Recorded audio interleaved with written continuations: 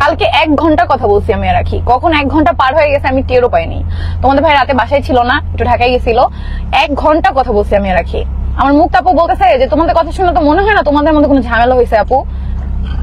আমি তো ভুলেই গেছিলাম আমার বাসায় এই কদিন কি কি ঘটছে, কি কি কাহিনী হয়েছে সব ওরে বলছি।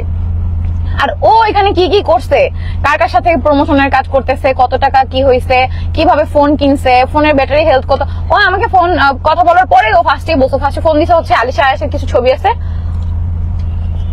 আমার ফোনে, আমার অ্যান্ড্রয়েড যে ফোনটা ওইটা এটা চাওয়ার জন্য। পরে কথায় কথায় কথায় কথায় আমি কিছু বলছে ওরে, সব কাহিনী যা যা বাসায় হয়েছে না হয়েছে আর ও আমারে বলছে।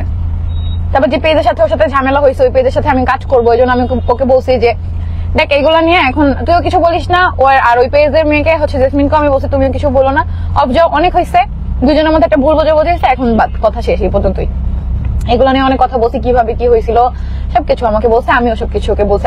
আখি আমার কাজের মেয়ে হওয়ার যোগ্য না জেসমিনা আলম, আমি এটা কোথাও বলিনি। আমি বলছি আমার আম্মুর ওই বাসায় যাওয়ার কথা, আখির আব্বু বলছে যে তারা আমার আম্মুকে অপমান করবে, তখন আমি বলছি ওই বাসার আশেপাশে যারা আছে তারা আমার কাজের মানুষ হওয়ার যোগ্য না যে আমার আম্মুকে অপমান করবে। চাই না আমার আম্মু দেখতে, তাতে কি হয়েছে আমার আম্মুর?